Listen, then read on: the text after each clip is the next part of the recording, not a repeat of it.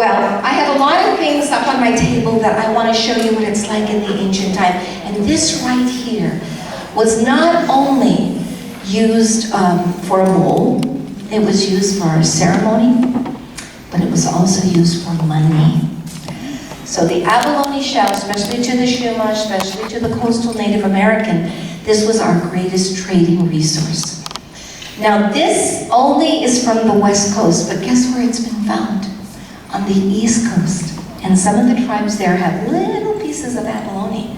So anthropologists and archaeologists tell us that it went from hand to hand and tribe to tribe. It took about 15 years to get to the East Coast.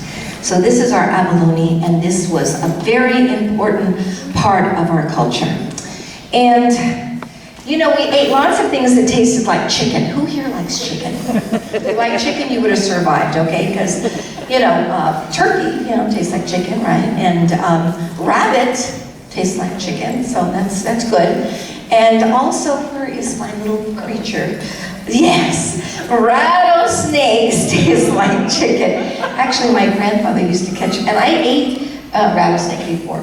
So, you know, but we also, oh, and how many like peanut butter? Do you like peanut butter? Okay, well you would have survived because roasted, ground up grasshoppers taste like peanut butter. Some of our rattles were so ornate and beautiful. They came from the shells, and some of the abalone little flicks were on it, and we used, our crazy glue was asphaltum. So that's the tar that comes from the ocean, and so we did a lot of decorating with that. Now, you know, I have to let you know that I married my husband, who was not from my tribe, and he is from the Seminole Tohono O'odham tribe, and we met. I was the princess on the parade at Swallows Day I was 120 pounds thinner, with my belly button showing, and so I looked pretty darn cute all the time. Anyway, we met, we fell in love, and we just celebrated our anniversary for 37 years. That doesn't seem that long, does it? But when you're the fourth wife, it's pretty amazing, you know, because I mean, I met a therapist one day and she told me, do you know the percentage of you lasting this long? I think it was 0.00001. I said, it's a miracle, and it's really because we were prayer warriors. So because of that, you got to meet my stepkids, my grandkids, but they're my grandkids, and we have 18 grandchildren, including Justin. I put him in there too. But because of that, my husband was a drummer, and my kids were able to learn many other things besides the Acjachemen culture. So Jackson, if you could come in here, I would like you to share a gourd song, which is his mama's music. We play the gourd. And then I'd like him to play the hand drum, because that's part of his father's culture. And then we'll have him dance. And Jackson, at 16, went to Canada and became the world champion. Did you hurt your foot? Oh, you're home. He became the world champion in chicken. He's a chicken dancer. So the chicken dance is, we'll talk about that a little bit more, but he's going to play the rattle, and then I'm going to dance the way that we dance with the rattle, because my people and most California Native Americans, we do not play the drum. So these are our bird songs. These are the songs we'd sing when we were migrating. We use our traditional rattle. So when we sing these songs, they'd be going on for hours, and we'd be explaining our stories from one place to another, from one village to another, explaining life as it goes. So when you hear these songs, these are how we explain our stories besides our beautiful basketry. So these are our bird songs. Ayo,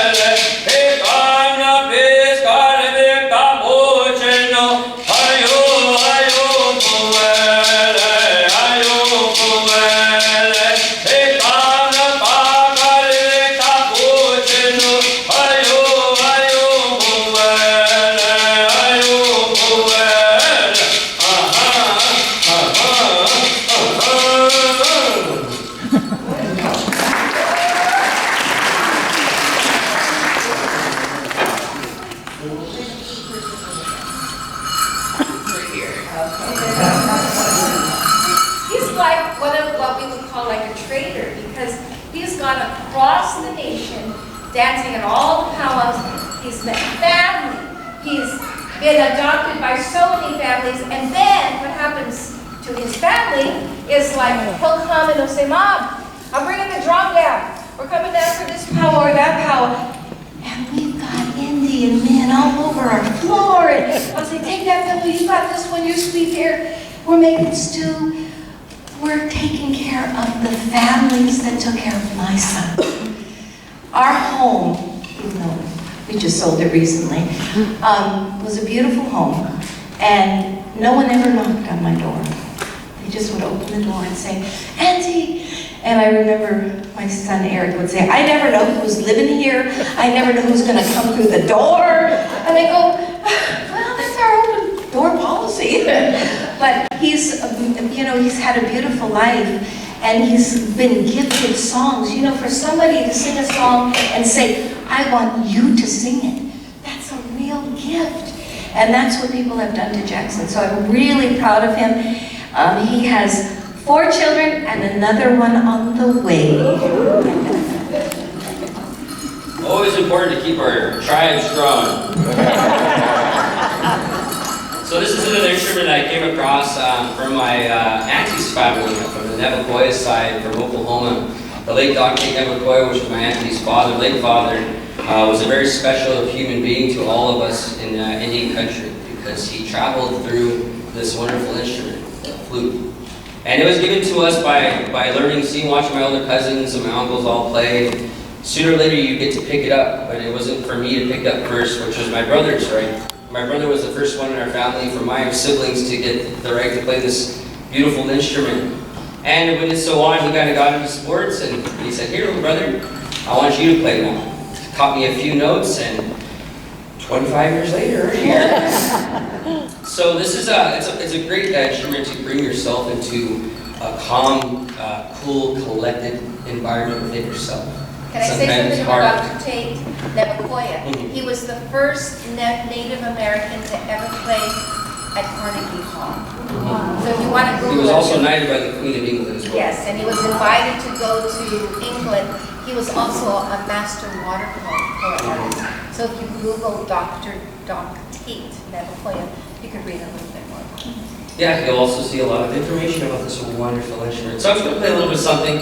These aren't something we make on notes. We didn't write this song. Just kind of how you feel today is kind of how it's going to come out. So enjoy.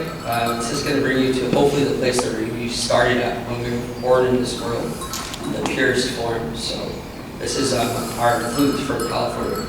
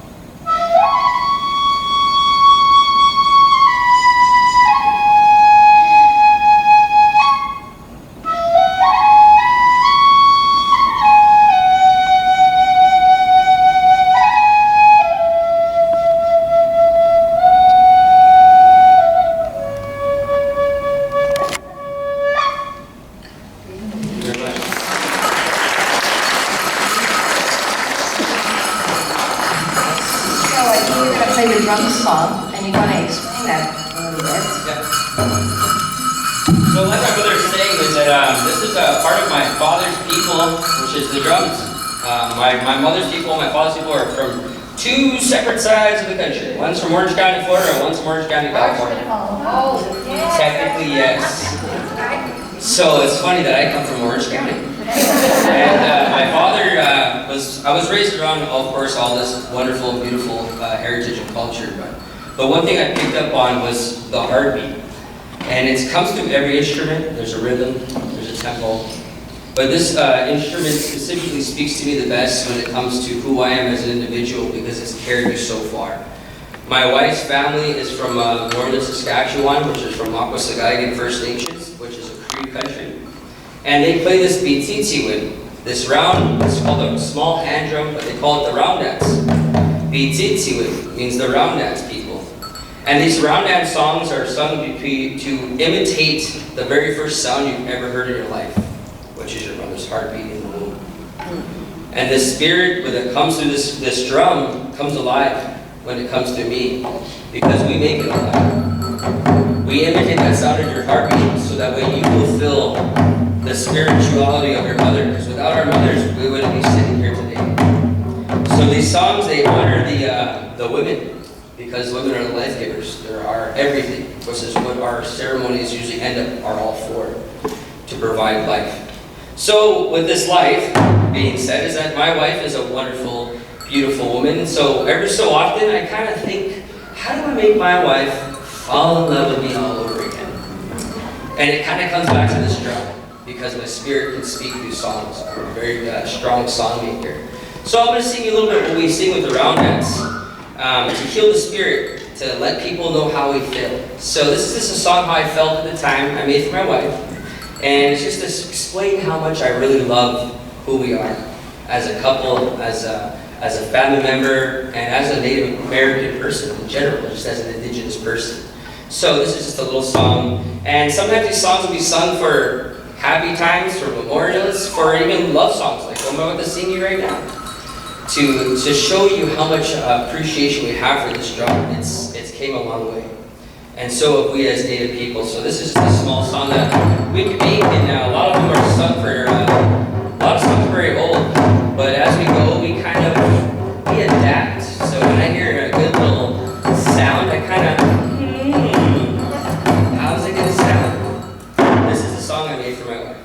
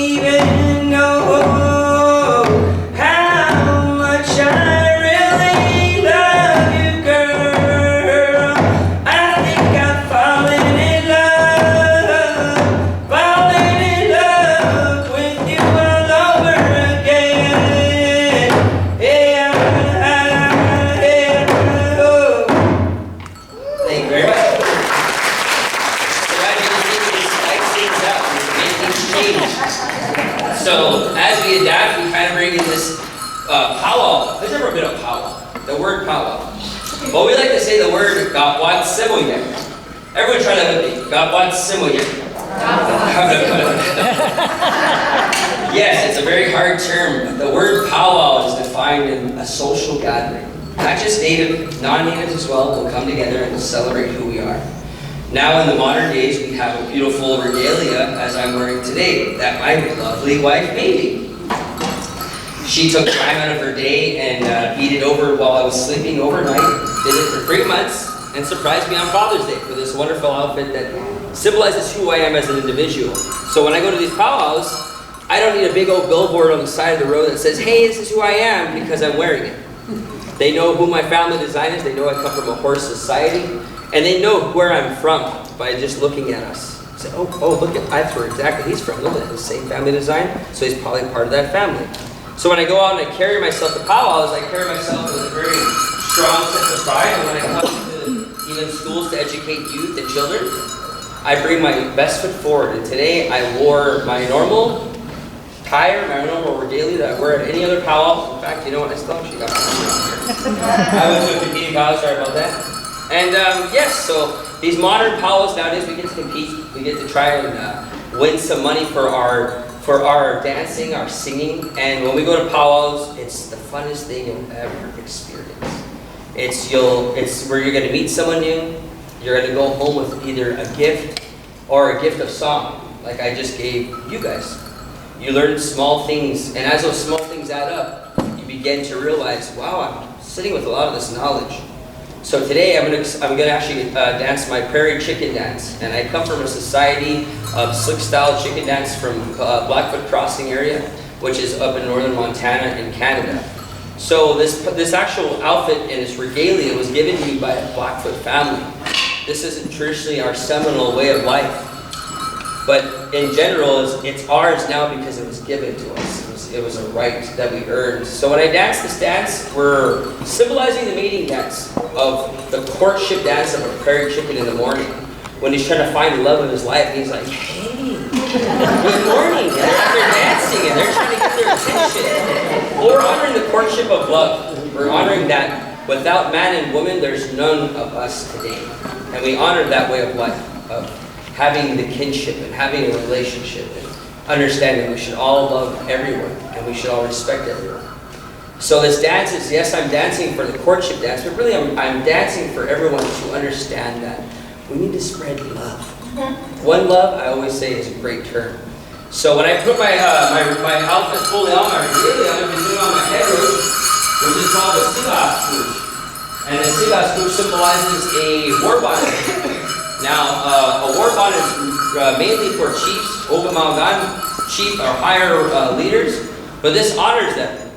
This honors them because these two feathers on top are the veterans. So these things are moving around, these beautiful feathers moving around and kind of touching each other, dancing, kind of hitting each other to honor two veterans at battle.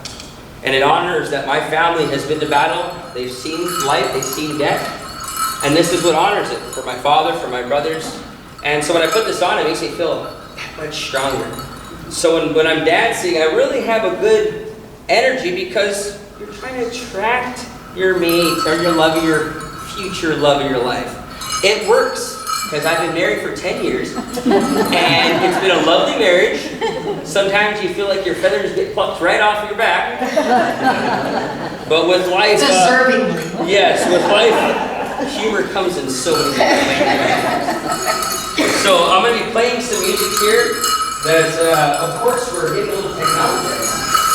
And one of the things, like all the dancers, and you can see more like variety of dancers if you go to powwows.com, but there's many different styles for women and men, but there's 7 total. 7, but here's the thing, is every footstep at a powwow is a prayer. Mm-hmm. So, you know, there's a dance that's called a jingle dance, and that is a medicine dance.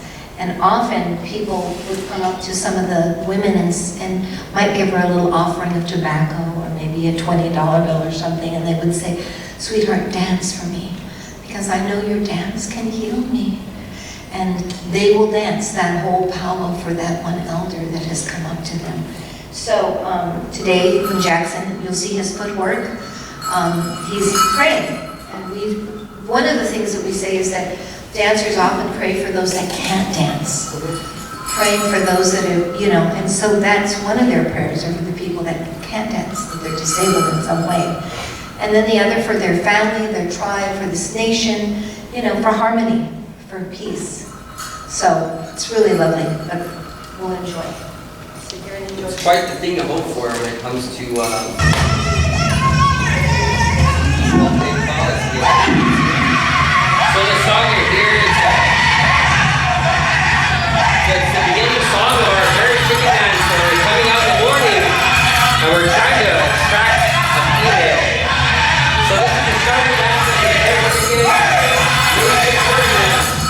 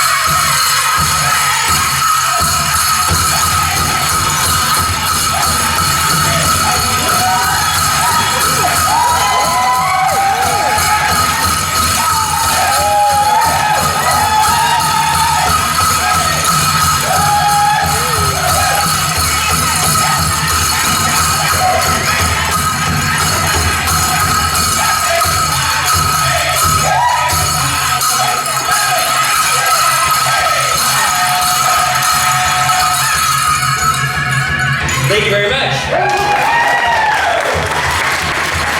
That was the chicken dance.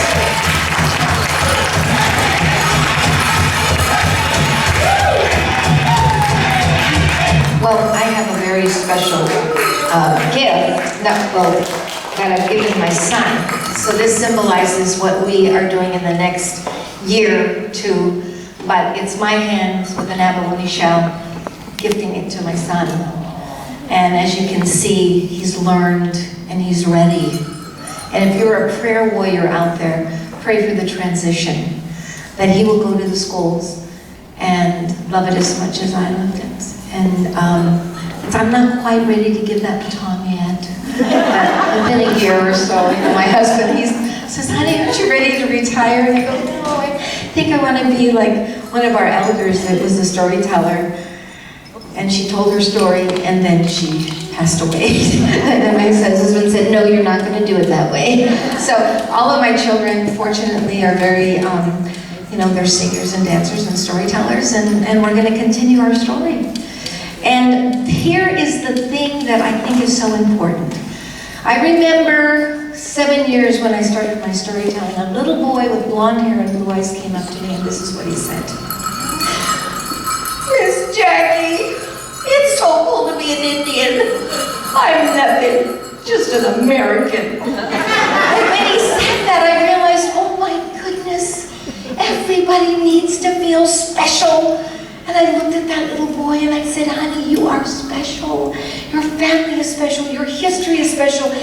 You go home today and you talk to your mom and you say, Mom, I have some stories. That's what Miss Jackie said. And I want to know them, and I want to be proud of whoever I am. And she says, you'll tell me all of that. And that little boy that day realized that he has a story just like I do. In fact, each and every one of us do.